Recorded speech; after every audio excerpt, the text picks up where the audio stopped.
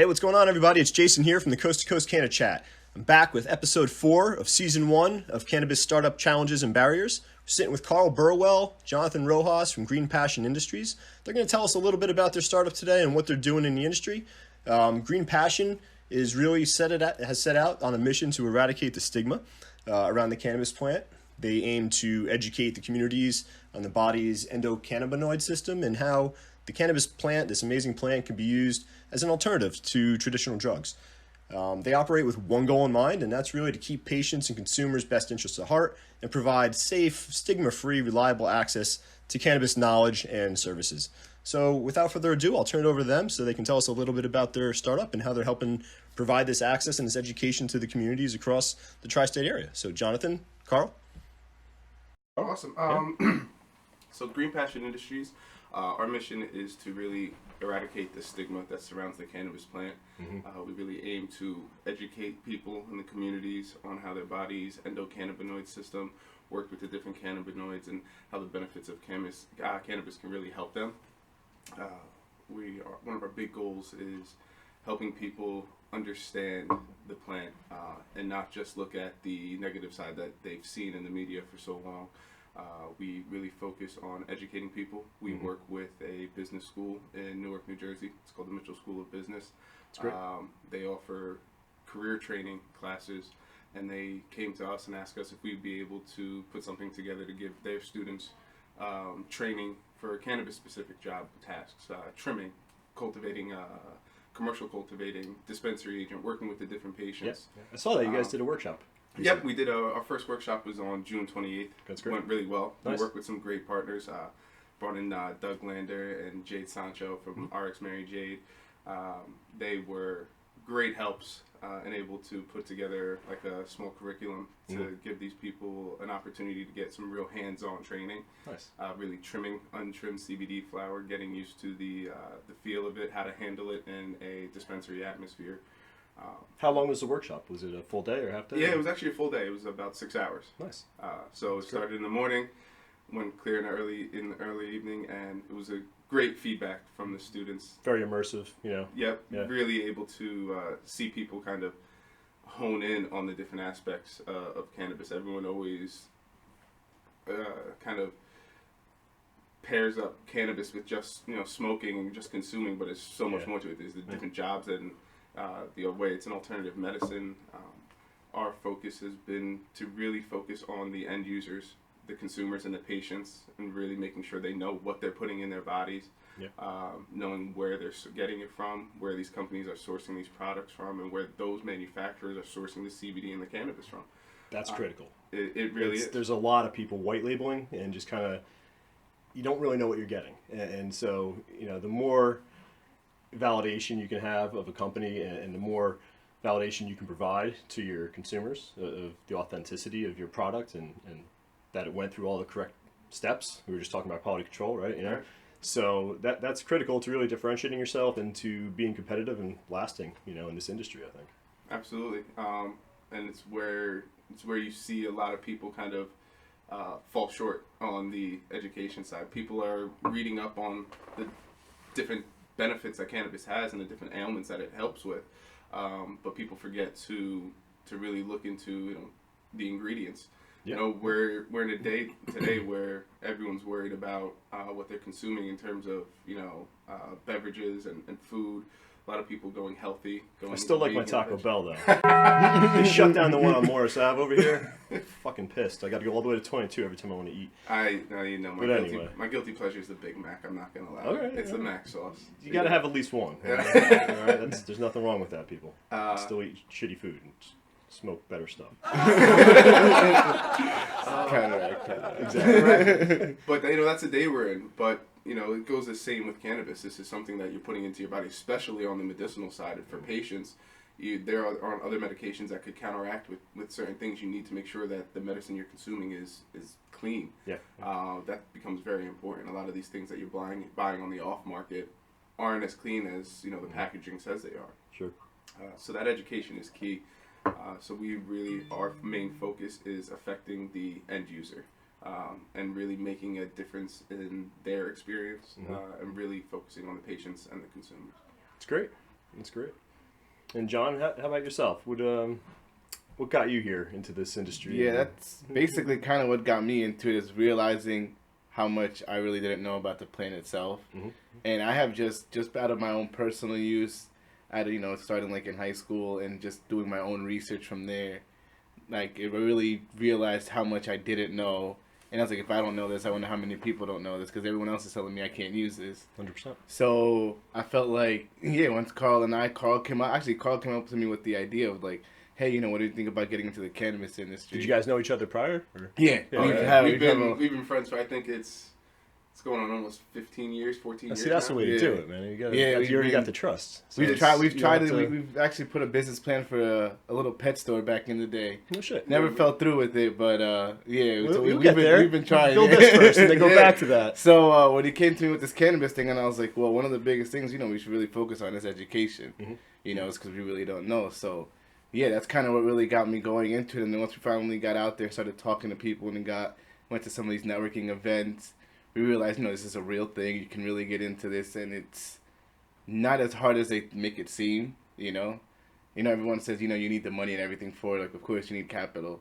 But once you really get into it and start meeting everybody, that's kind of... You can back in. Yeah, you start to get all the... Bootstrap your business. You really need a passion for it. Yeah.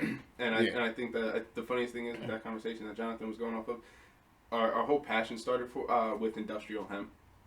And all the things that hemp can do for you, and do for the entire world, the economy, construction, clothing, feeding for not only humans but for animals as well. That was one of the things that's what really got us into it. When I first approached Jonathan with the business idea, I said, you know what, I think I want to get into the industrial hemp industry, and I want to really focus on that. And Jonathan said, if you're going to get into industrial hemp, you can't forget about the entire plant. You need to get into the cannabis industry, and you need to re-educate everybody. Yeah. And that's what it came down to, because cannabis is so much more than just marijuana, and we wanted to make sure everyone knew that. And the easiest way to do that was, let's focus on the consumers and the patients, because if they're educated, they'll educate everyone else. Hands down. And when you say it's more than just a medicine, it goes beyond the plant. It's the culture, right? And you talk about where it's coming from, and the people that are helping this industry get where it is. And, the baby boomers who are now going into retirement homes that don't want to go into retirement homes. They just want to smoke some cannabis on their back porch. These are the people that are really pushing us forward. So the educational piece is critical. And I consider myself pretty well rounded and educated on the plant, but I'm still learning. The whole suntan lotion concept, and the fact that it's got all these protective agents, naturally from the sun, right, as a plant growing out in the wild, and people are now taking that concept and applying it to putting it in suntan lotions as a natural SPF, right? And you look at CBD; it's an anti-inflammatory. What's sunburn? It's when your skin gets inflamed and irritated. So it's a no-brainer. So I found out about that the other day, and I was like, that's brilliant. So you hear about all these things, and you're going to hear about a lot more over the next decade. It's really just getting going. It really is, and that is that's why there's such a push now for legalization. That's why the grassroots movement and people who have been here from day one, even before Green Passion Industries, before the Coast to Coast Canna Chat, everyone's been pushing for legalization for one reason: it's so we could get more research. Yeah. It's not all about just having the freedom to be able to consume cannabis. It's not just about being able to get into an industry that's brand new and do business. It's about the research. People need more research. Right. This plant, we're just in the beginning of what it can become, and we only get more research if they actually start passing legalization. That, or at least get it to a Schedule 2. That gives us the ability to do some honest research, and that drives legalization inherently, right? Because once you do the research, you're not going to be like, no, that's not even what you do. It's what you pay attention to. Those results are fake. Somebody fudged a number there. But no, honestly, once you get the research to back everything, even though we already have a ton of research, right, to demonstrate the benefits of the plant, but there's still efficacy testing. There's like you said, is there anything in the plant that could counteract with other medicines, right, or cause people to have a certain reaction? There's so much that needs to be done. Yeah, absolutely. So, no, I agree. But let's talk a little bit about some of the barriers, right? I mean, you guys are really paving the way in Jersey. You're doing great things. What are some of your challenges that you faced in really getting your company up and running and getting it to where you want it to be in the next 5 years or however long? I'd say probably one of the biggest barriers has been the barrier of like the gray area, right, of being able to have guidance on the industry because it's so new and because the state says one thing, federal law says the other thing. It's like, where can and can you not operate? What can you market and can you crystal not market? ball. Exactly. Predict what's going to happen. It's so hard, and even with CBD, since that is the real focus for a lot of companies right now. The FDA coming down with their different different regulations, being that it's being approved as a drug but not as a supplement. Right. It can be or cannot be in certain food products. New York just banned it. New York just banned it being in edibles and beverages. What's going on? Each state has its different law. The poor grandmother that got arrested in Florida for having CBD. Where was she, at the airport? Something like that? No, Disney. She was at Disney. She was at Disney. Yeah. I just got back from there, man. Horrible place. So, you have that barrier of not knowing which side of the line that you're toting on a day-to-day basis, and then you have the barriers of being a small business trying to operate in such a new industry, being able to navigate and keep up with some of the bigger players that come in. It's not always easy. That's why the community and the culture is so important. We work together as one. Yeah. And we act as a bigger entity, even though we're a bunch of smaller businesses. But we believe in that passion for the plant, that passion for the medicine. We all know supporting each other is supporting the big picture.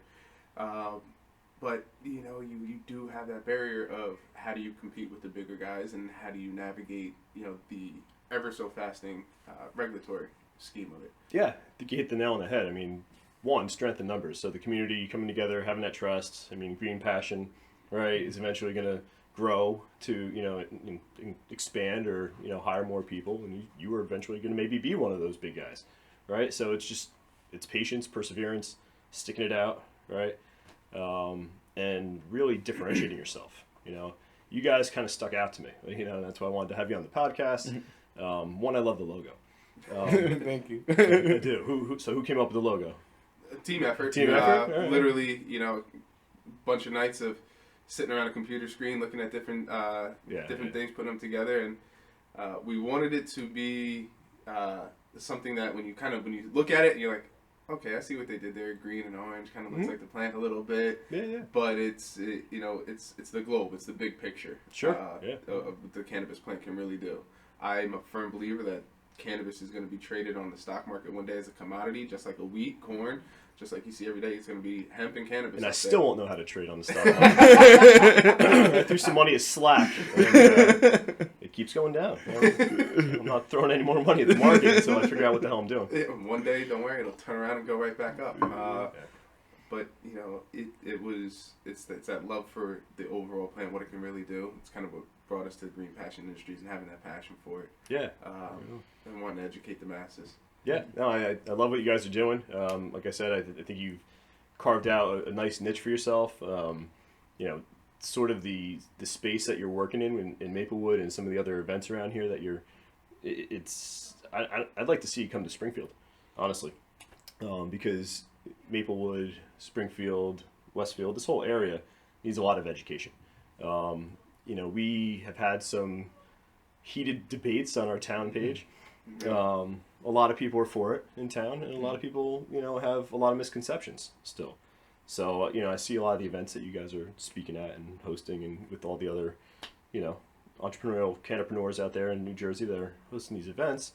But I don't think we're done. So I guess that's what I'm saying. I'm babbling on here, but I'd like to see you guys come and host some events over here, because really what I've taken away from listening to a lot of the people and speakers at all these events is I guess the event market's very saturated, right? So we're all kind of getting tired of going to events because we've been doing it for 18 months, whatever, longer, some of us. But ultimately, it's still not enough. I guess that's what I'm saying. There's still people out there that have this misconception. There's still people out there that are unwilling to, really change, right? And that's exactly what it is. It's not that it's not even that people are necessarily against cannabis, and that's the funniest part about it is people just don't know enough information about it to really be able to make an informed decision. The decisions that a lot of people who are against it, they're against the negative side effects of it. Yeah. The people coming tired from it, people that kind of get couch locked. Mm-hmm. But when you really understand the plant, you really understand, some people actually need those effects of cannabis for certain ailments. Yeah. They get a better understanding. It's like, they're not consuming it in order to just be lazy and be locked in the couch. No, they're consuming it because their body's in so much pain. They need something that relaxes their body to that point. Yeah. And then they start to really understand what they're using cannabis for, and then their perspective of it changes. They might not become the next consumer of it, but they don't necessarily look at it as a negative thing anymore. They don't necessarily look at the person consuming it as just a cannabis consumer or your quote-unquote pothead. They literally look at them like, oh no, they need to be locked in the couch that way because that's the only way they can get relief from that pain. Yeah. And then all of a sudden, that person who was against it is now voting for the descheduling of it or the legalization of it. Yeah. And they're doing it on a more informed decision and a lot more educated decision. Yeah. That's the biggest difference. They're not against it. They just don't know enough about it. The biggest challenge I see is the older generations, the people who were raised with the DARE coming into your school, right? And I've already told my kids, I think I said this on the last podcast, I've already told my kids it's cannabis is medicine. Because I don't want their first exposure to be in school with some police officer or some other professional coming in, nothing against them or whatever, but I don't know what they're going to say about cannabis right now. Yeah. I don't know what those programs are, and I guess I should know more about that. My kids are still 8 and 5, so I've got some time. A couple of years, yeah. Like at least 2 years. But no, honestly, I think that the focus area is really with the youth. And when you look at like the colleges and all these universities that are establishing programs and curriculums to make this a sustainable industry that is in a point in time, right? Because you need people who are coming out of these colleges with financial backgrounds and CPAs and whatnot to know what 280E is and right, and the deductions that you can have. You need to know what a regular business deduction looks like for a cannabis company. Whatever. You need to know how to balance your checkbook first when you're coming out of college. You know that coming out of high school. I have a finance background, and I worked in the banks for the last 10 years, so you'd be surprised on how many people who are in their late 40s who don't know how to balance a checkbook. There's one of them sitting upstairs right now. But it's funny that you mentioned the DARE program, because that's something that I've mentioned to Jonathan and a couple other people on our team. That I would love to see GPI one day working with municipalities and DARE programs so that they can get educated information across in their DARE program, because DARE's not necessarily something that should be taken away. DARE's very important. Kids should know the dangers of consuming cannabis and then getting behind the wheel of a vehicle. They should know the dangers of heroin. They should know the dangers of crack cocaine. They should know the dangers of methamphetamine. They should really know the dangers of addiction and what addiction really is, because that's what the core issue is to everything. Exactly. Yeah. They need to know those dangers, but they also need to know the benefits of cannabis. They need to know the history of cannabis. They need to know the history of cocaine and where the history comes from. I would love to see us one day working with municipalities, law enforcement programs, to put that type of information into a DARE program, because one of the things that started our education push was Jonathan standing up in front of Assemblywoman McKnight and Senator Ron Rice and asking them, well, what are you going to do to put education in the legislation? Because that's what everyone preaches is so important. Sure. But we don't see this language in the bill. Mm-hmm. So what are you guys going to do to make sure our communities are becoming educated? I think working with local law enforcement is a great way, because not only are they getting that information across to the communities, but law enforcement themselves are getting the information. Right. I don't think the cannabis industry and law enforcement should work against each other as much as they do. We should really work together. 100%. Yeah. And I think that's a piece that's missing Mm-hmm. because a lot of energy is being focused on getting the lawmakers Yeah. to understand it. Yeah. That we're kind of forgetting about law enforcement Right. a little bit. Well, it's a trickle down, right? It's don't You would enforce hope it. so. Don't enforce it once it's made. Yeah. But I think the two need to work in parallel, right? I mean, you have law enforcement professionals. I've spoken to a plethora of them since diving into this industry, and they are for it. They don't want to be locking people up. A majority of the people I've spoken to aren't really looking to put people away. Yes, there's been, this failed war on drugs. Yes, blacks and minorities are absolutely more heavily targeted, 3 or 4% higher, Yeah. if I'm not mistaken. In some counties in New Jersey, it's Somewhere higher. yeah. But there's a lot of people that don't believe in putting people away for this. So it's those professionals that are really going to help change the minds of everyone else in their units and their police departments. But it's going to take some time. And Absolutely. my initial thought is we spend maybe about 30% of our energy on the people who are 50 and older, and 70% on the youth, right, and the people that are going to be coming up to this, right. And we'll take care of the older people. Don't worry, we're going to put you in a nice, comfy retirement home with cannabis. You go out in the field, you can paint, do yoga. Keep coffee. We'll disrupt the retirement home community with cannabis. It's going to happen. I I think I just gave away a really good idea. Give somebody a business That one's idea. free. That one's free. I I'll don't cut even know that if out later. Right? I don't even know if it's disrupting it as much as It's an enhancing it. alternative Yeah. because it's the baby boomers who are going into this right now, and ultimately, me, just speaking with my mom, she's like, "Don't you dare put me in some freaking home and just leave me there." And I'm like, "I won't, Mom, I won't. I'll put you in my basement." But yeah, no, I think that's my philosophy. It's the 30-70 rule, and you can't waste all your energy trying to correct people's upbringing, Correct. and because not everyone's going to change. Yeah. No. So that's my 2 cents. No, that's on the, definitely the truth. Yeah. our parents' generation. My parents are, they did it right. They ultimately came down hard on me when I was a youth and threatened me with military school and a bunch of other stuff, which they totally Never followed through. they never followed through. It worked. It worked for a little while, but then I called their bluff. But ultimately, when I was a kid, I didn't have as many educational programs available, to explain the benefits, right? So it was very much a recreational activity. But when you think about parenting and the way I'm going to have to parent with my kids, it's a whole lot different, you know. And it's a totally you different still need to come down conversation. hard. You It's a still whole need to make sure different, they're educated. You still need to have those DARE programs, to what you said. But it's going to be challenging to It really comes down to just educating them.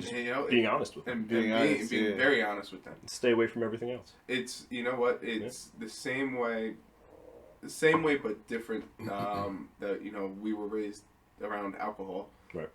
We're gonna have to raise up the next generation the same way around cannabis. Yeah, there was always a bottle of schnapps sitting in my it's a- cabinet. But the biggest Always difference is some you're not beer in going the to fridge see. You're or not. something. Well, hopefully, I think in 99% of most homes, you're not going to see the type of access to cannabis that you saw with alcohol. Sure. And it's one of the biggest things we talk about is we don't ever refer to legalization like on the adult use side as recreational, because it's not recreational. It's really not. It's a bad term. It's not that it's a bad term. It's just it's a misleading term, because when I think of recreational, I think rec. Playing. Everybody's allowed to. Everyone's Let's allowed, go to the yeah. rec field. Everyone's allowed. Who's to at the rec partake in it. field? Kids. It's really it's adult use. It's, Right. it's an adult use program that people are pushing for, because when you raise your kids around it, you're gonna have to raise them that this is for adults. Adults use this. It's the same way that my dad. There was always beer in the fridge when I opened up the refrigerator. Mm-hmm. But I reached for the juice because I knew the beer was for my dad. Because he had a big long stick. And you go, Nope. The only time you're Yeah. allowed to touch that is when you're carrying it into the Exactly. TV so that he could open He's it. got his hands full with groceries. Take this. Yeah, being 10 years old in the liquor store with my dad, you just can't carry it out until we get out the door and not carry it to the car. But yeah, that's really what it's gonna be. You have to raise children to know that this is for adults. If you see this isn't for your use. This isn't for you to play with. Mm-hmm. We were always told when you touched the stove and you got burnt, you learn not to touch it again. This is true. Yeah. I did not learn that lesson. But touch Dad's jar of medicine, and you're gonna learn not to touch it again. exactly. Where's magazines? How'd you get that? But cool, man. So where do you guys see yourself in like 5 years? I mean, you talked about working with law enforcement, which I think is great. That's an awesome angle. I don't see a lot of people doing that.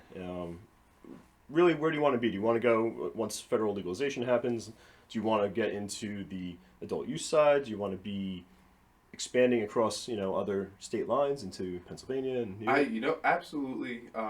In 5 years, hoping that legalization goes the way it should. Mm-hmm. I would love to see Green Passion Industries really working with retail footprints. Like I said, our biggest concerns have always been making this industry the best it can be for the end users and consumers and patients. Mm-hmm. So we do want to operate retail facilities in both avenues of cannabis, and with CBD and on the adult use side when legalization comes around. I would love to see us operating those retail footprints not only in New Jersey but across other state lines as well. Yeah. My family comes from the South, so I would Whereabouts? love to Virginia. Cool. So I would love to be able to get down into that area, back where a lot of my family is. Yeah. My family has a history of owning tobacco farms down in Virginia. Wow. So I've always thought to myself, why not a hemp farm or a cannabis farm? My family did Hey, tobacco. Uncle for so long. George. So I would love to see us. Just give me an acre. just Just a pilot program. Let me show you what I'll I'm prove doing. it to you. Yeah, let me show you what I exactly. can do. Let me show you what I can do with it. Exactly. So I would love to see that, and we do have we do have big aspirations. There's a reason that globe's on our logo. We hope to one day be working overseas too in the international market. That's great. Jonathan has deep roots in Central America. I have deep roots over in Africa. We want to see this plant be the best it can be all over the place. Yeah. It really can change. And when I say plant, I mean cannabis plant in general. Marijuana, industrial hemp. It can change the entire global economy. I'd really like to see it help a lot of, I don't want to call them developing, but emerging nations. Yes. And when you think about hempcrete and the ability for that to play a role in construction and at a more affordable rate, like let's build an entire infrastructure for people in these countries using what's available to us now, Absolutely. right? So, And it's one of those. It's an amazing plant. There's very few plants like industrial hemp where the entire harvest can be used for something, from seed to stalk to leaves. Everything can be used from that plant. So it's something where if industrial hemp was to really come back to what it used to be in the colonial times when farmers used to be able to pay their taxes with their hemp, we're talking about countries that would be able to use it for feeding their livestock, which now means livestock is healthier because it's eating hemp. Yeah. There's no steroids being pumped into the animals. They're growing off of something natural, and these nations are able to then turn it around, like you said, with hempcrete and biofuel. And imagine the real changes it can really make. Imagine just the keeps real, going. There's nothing that's going to really stop what we're going to do here. Imagine the changes it can really make in those developing countries, and it's great. I would love to see it actually happen. It's a powerful, powerful industry, and we're, like I said earlier, it's really just getting going. And I think over the next, not 10, but probably 20 years, you're going to see a lot of innovation. You're going to see a lot Absolutely. A lot of research being done. Research, R&D, agricultural tech innovation. It's just all going to come together. You couple that with like AI and robotics and everything else that's emerging in the world. It's really going to make startups. It'll help startups really grow and have those economies of scale quicker because you have more resources at your fingertips than a startup did 10, 20 years ago. And we're at this, that's somewhere in the hype cycle for this technology curve right now. And it's just amazing to me the level of technology that's affordable and available to entrepreneurs and startups right now. So many people can run their entire business off of their smartphone. Exactly. Well, and because of that, because I know one of the big things is like marketing. You know what I mean? Because everyone talks about like, oh, it's so hard. But I was like, with technology nowadays and with everything, like say you run everything off your phone. There's a lot of ways you can get out. There's a lot of ways you can get out to people. There's a lot of ways you can reach your consumer, reach who you want to reach, get to who you want to get to, and really get the information and everything out there. Yeah, it is. It's literally all at your fingertips. So yeah, the technology and the progression of how things are just going to move forward with this industry it's endless. And Yeah, it's yeah. gonna be Especially when they all start pretty working cool to together. see how it's gonna be. Yeah. Well, yeah, that'll be good and bad. Because then you get people just merging too quickly, and the industry and the culture kind of gets swallowed up. That's my biggest fear. Biggest is that the culture gets swallowed up too quickly. It's going to happen, and people are really friendly right now, and it's really great. But it's still about business. Yeah. So it's walking that line where you keep the culture, you keep the friends, you make the friends and the lifelong partnerships at 15, 20 years that you can, and that's what your foundation is, right? Because it's going to change, and there's going to be people that dick you over, ghost you, don't call you back, whatever. But you're going to find out who you can trust and who you can't, and that's reliable. That's the unfortunate business side of it. It is what it is. It's business. You hear it all the time. It's not just cannabis. It happens in the energy industry, banking. Yeah. I think it happens on Wall Street. I think so. Occasionally. No, actually no. So one thing I have to say about Wall Street, everybody on Wall Street is extremely honest. Yeah. It's because of all the blow. I'm kidding. I take that back. That was like 80s, 85. I watched a lot of 80s movies. I was raised by like John Hughes films. Okay. So cool. But no, that is I think my biggest worry, and John's biggest worry too, is the loss of the culture. Mm-hmm. You'll always have those founding fathers and those first couple companies and people that you came up with, but we always forget what legalization has always been about, from the days of cannabis being used by Rastafarians, the hippie movement. That all got us to where we are today, and it being the big industry that it's booming to be. Yeah. But I really hope we don't ever lose that. Sit in a park on a really nice sunny day, Sure. in a really big circle, Exactly. and everyone gets together and just really has a really fun sight. Like, that's the culture I feel like eventually will be lost. It's going to go from big circles in the park or hanging out on a porch with 15 people, having a really fun session, brainstorming ideas, and like a lot of people don't realize, like, yeah, it's a cannabis industry. There are business ideas that pop up just like that. Right. And it's going to wind up becoming all boardrooms and button-ups eventually one day. And that's the part where, it's going to be companies like yours, companies like ours, that have to make sure we keep that original culture. Yeah. And kick off the loafers every once in a while and go sit on the grass. Exactly. And enjoy a brainstorming session. Yeah, I agree. But yeah, that is the biggest worry, and that's where I fear the industry's heading. But hopefully we're 10, 15 years down the line and we get some time to really enjoy it. Yeah, I agree. I haven't even started traveling yet. I got to start hitting the road and getting out west. And same. I've been out a few times. I've spent more time internationally, in an international community than I have in the U.S. But it's we've got time, and when they delayed the vote or the bill in New Jersey, Gift and a curse. Yeah, I was okay with it. I needed more Yeah. time to get where I need to be. Selfishly, yeah. I think selfishly, yeah. I need more time But to get personally, where we want to be. But the biggest impact there, is the patients. So I'm happy that they expanded the program, and that now, I still don't think it's where it needs to be, but at least they're going to have extended access to, more products. I think edibles are coming, tinctures are coming. So you don't just have to consume flower. You don't have to bring it home, make your own, which that's really helps. There's Yeah, the it really educational helps. piece. Huh? Yeah. What the hell do I do? What's decarboxylation? Decar what? No, I don't need that. Yeah, what's that cost? Yeah. I gotta hire a lawyer to decarboxylate. Like, is that something like is there a legal process? So I I gotta gotta sign something? more papers. Exactly. But anyway, I mean, this has been great having you guys on, man. Is there anything Definitely. else you guys want to leave our listeners and viewers with? definitely thank you for having us. Yeah. Listeners, viewers from any side, just keep fighting the good fight. Keep pushing for advocacy and for education, for patient access, for home grow, and for keeping the craft cannabis industry alive. It's another big worry. Was the big companies come in and everybody starts merging together, making these big companies. I fear commercial cannabis, low quality, just being pumped out at high volumes for numbers' sake. And craft cannabis and the love that a grower really puts into this plant you know, it's a plant. And it's the same way, you know, grandma grows her tomatoes. She's out there every day. They grow big red lush tomatoes. Yeah. You know, when the team's inside the grow house and they're sitting with those plants, talking to them every day and handling them, you get amazing medicine from it. So, you know, fight the good fight and keep craft cannabis alive and keep patient access at the forefront. Definitely. 100%.